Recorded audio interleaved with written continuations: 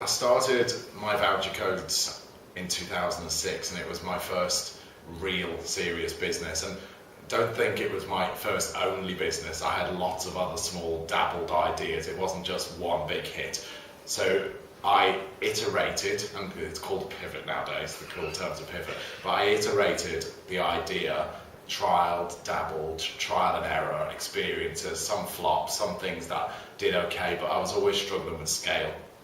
And as soon as I stumbled upon the concept that was giving users vouchers via the web, the World Wide Web, in the word global, that really excited me, because I always struggled with scale, and once I had a global opportunity, it was something I could actually get my teeth into, put full force in, full energy, which I had, but I couldn't really release it into any of my other businesses. They were always capped as a certain size. So I scaled the business. It became the leading voucher business in the UK. We had 10 other properties around the world, and we ended up investing into a mobile proposition. That was a company called Voucher Char. So we were early leader in mobile coupons, which are obviously a big thing, mobile being 60% of our traffic now. And I also invested in a ticketing business. So my voucher codes are what we're known for. What we actually built was a really interesting content discount platform with all them verticals in, and now we had restaurants and we had travel discounts. We've got all these discounts. So the business become pretty much a media business, all about discounts, saving people money. I always kind of like that question. So yeah, being an entrepreneur is a very interesting journey, and I always expect it to be very rocky. The reality of it, it's very much the extreme of that. You can have wonderful elation days where you're on the top of the world and it couldn't get any better, but you can also have the lowest of the low days. And I think you've got to be a certain mindset and be able to tackle that. So I think I'm quite a tough cookie inside. I mean, my Gordon Ramsay chefing days, I've got thick skin and I can handle quite a lot of stuff. But interesting journey for me. I was probably quite a young entrepreneur when I started my business, and there was things that I'd never dealt with before, people issues which were quite different and new to me. And there's a personable way you'll deal with it, but then you've also got to take HR into account. You might want to deal with it one way, but you have to deal with it another way. There's a proper process, and that's quite difficult. And I'm always going to step on the side of HR and the correct law and whatever it may be. But there's challenges there. You're trying to run a business. You've got to be agile. You've got to move quickly. I think as our business, we also went through stages of really big growth, but we also went through stages where the business declined. So we had to shrink down the team, and that was quite painful, because I'd taken these people on, and you're always conscious that they've got homes and families and maybe children and commitments, and if you have to let people go, and you're the owner of the business, and you have to make the correct decision for the business, and that's always the thing that gets you here, and it still does today. When you have to make a decision on an individual or a certain section of the business, if it's working or not working, it's a personal decision, but at the end of the day, you have to come back to yourself and say, I'm making the decision for the business. So they've been the worst times. I think you can see what I'm talking about, but they can be the worst times of the business when you're actually affecting individual people's lives. But at the same time, I'm really happy that we brought 80, 90 people along the journey who are now progressing their career inside Monitise, where I recently sold the business to. So a business is always an evolution journey, and be thick-skinned, be ready for it, but circle of friends and contacts are really important for that. So I've got good right-hand people. My partner's very supportive, and must get the brain drain when I get home of an evening, but sometimes can help you understand the reality of the situation.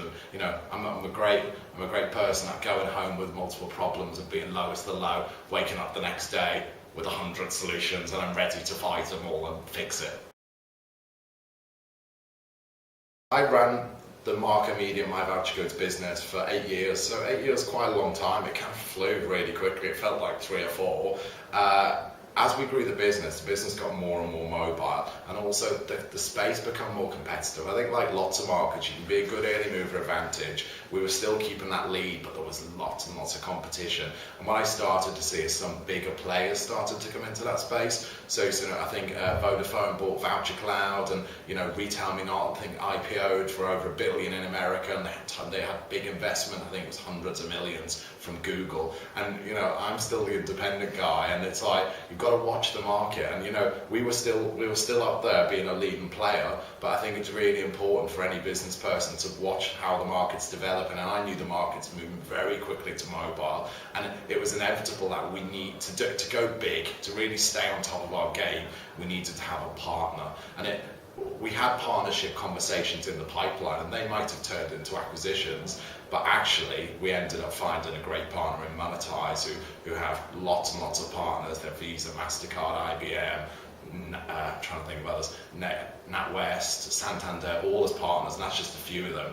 Now you add up their user bases, and you can see the opportunity. So that's the kind of thing that if you can put two businesses together, and what I love about Market Media, we built up a great team, great technology platform, and we just understand our sector like it's the back of our hand. We take it for granted because it's what we do every day, but for other businesses in that sector, for other competitors, they mightn't know the space like we know it. So if you think young, energetic team who know this sector very, very well, all in retail relationships, coming together with Monitise, who've got these quite big corporate banks who sometimes are pretty slow moving, and Monitise can give them that innovation, and put that together, pretty magical things can happen. So that's the thing that excites me about when we plug all that together and deliver it for clients. Think how big that could be. Anyone that makes a decision to sell the business, it's always going to be a big decision. I think, I built the business up, and I always built the business up to create value. I like to be self-employed. I like to make my own decisions and direct my own future. So that's one big piece of it. But actually build value. But then you realise by building the value, and you're always looking at KPIs like revenue and news numbers, and how much mobile adoption have we got? And every business has got its own KPI. So you're just driving the numbers bigger, more every day. That's what success looks like. And then very quickly you kind of look behind you, and you've built up a team, multiple officers and multiple people. It's kind of like, it's not just about me, it's actually about the whole team who've come on this journey with me. Some people have taken risks, some people have already left other jobs, and they follow the journey because they know we can be a leading player in our space. So it didn't feel like my decision, it actually felt like a decision for everybody. But I was the owner of the business, I transacted and got the value out the business, so that's also a good thing. And actually, sometimes I think 8 years is quite a long time, and I've got my fingers in lots of other pies, and it doesn't mean it's the end. It's actually the start of something really exciting for the future for Monitise and Market Media, but also for me. I can do lots of interesting things too. So I don't see it as a sad moment, I actually see it as a really positive step.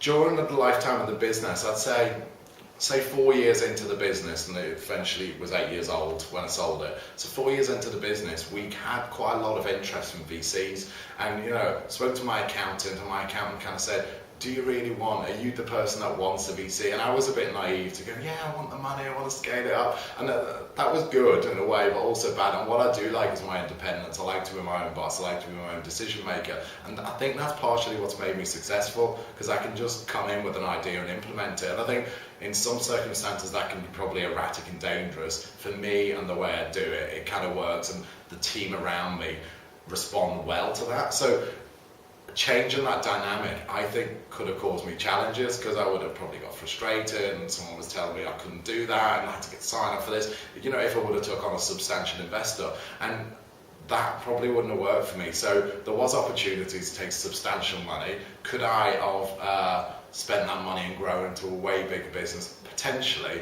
but at the same time, I knew the state of my tech at the time wasn't in the right time, right place. If I would have took the money, could I have integrated with several competitors, or would it have failed and would I end up with nothing? So there was also that side of and actually eventually we built the product, we rebuilt the platform and built it so it's bigger, scalable, literally bank grade as it is now, and that's actually the journey we took versus maybe, some businesses can fail, they can acquire lots of companies and it doesn't integrate properly, and that can be a challenge. So I don't regret the decision we made. I think it was quite a good, it all worked out pretty well in the end. once the acquisition happened with Monitise, it was a no-brainer we were going to do more B2B business. So we were always a B2C business. But actually, in the last year and a half, as Market Media, we'd started to go into B2B ourselves. So it's not just a new thing.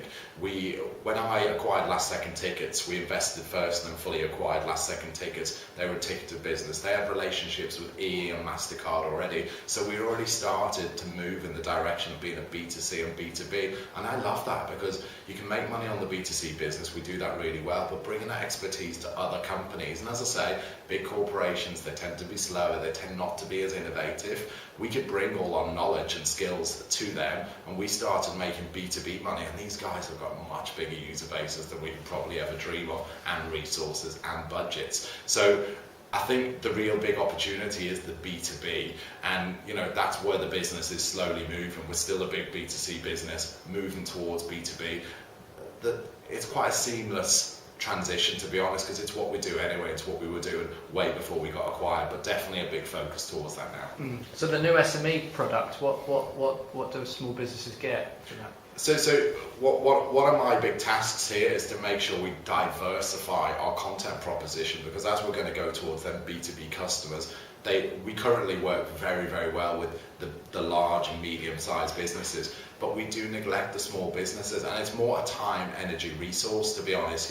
For us to call and contact and knock on the door of lots of small businesses, that sometimes it doesn't pay financially for us to do a transaction with them. Everything's got to be commercial. If I'm going to put a person on the ground to go and bring a small business in, it's got to generate enough revenue, and sometimes that just doesn't financially add up. So actually, it's always been a hunger for me to actually bring on small businesses, because I don't know, like myself, I love shopping locally, like restaurants and bars and new kind of like village shops and little things. It's just anything around. I like to try new things, but sometimes you don't know what's there, and things are opening and closing all the time. So that's actually something we really wanted to do in the business. Now we're with Monitise, we've got the opportunity to do it. So we're launching My Voucher Goes Launchpad. It's really an initiative to help small businesses come and utilise vouchers and the voucher market.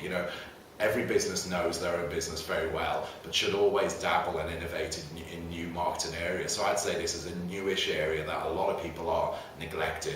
The mobile piece is a real good aspect. So mobile phone, you can turn it on anytime, any location, and it's local. That's the key point. Whereas our original business was very much web, not so local. Now the majority of our business is localized. So local businesses, local people, how do you bring them in the door? Discount. It's a no-brainer for me. So we've done a few promotions, 3 months free trials, some free marketing across the platform, generally just to get people to come and try it. And the key thing is they can more or less self-serve on our platform. So that's the key thing. Come and give it a go. No-brainer. And I'm hoping we can tap into all the local businesses, whether they be a small SME online or whether they be a local business in the high street or local village. We can tap into them. They can utilise our marketing and our big user base and utilise our platform. We get more discounts. It's a win-win situation for both parties.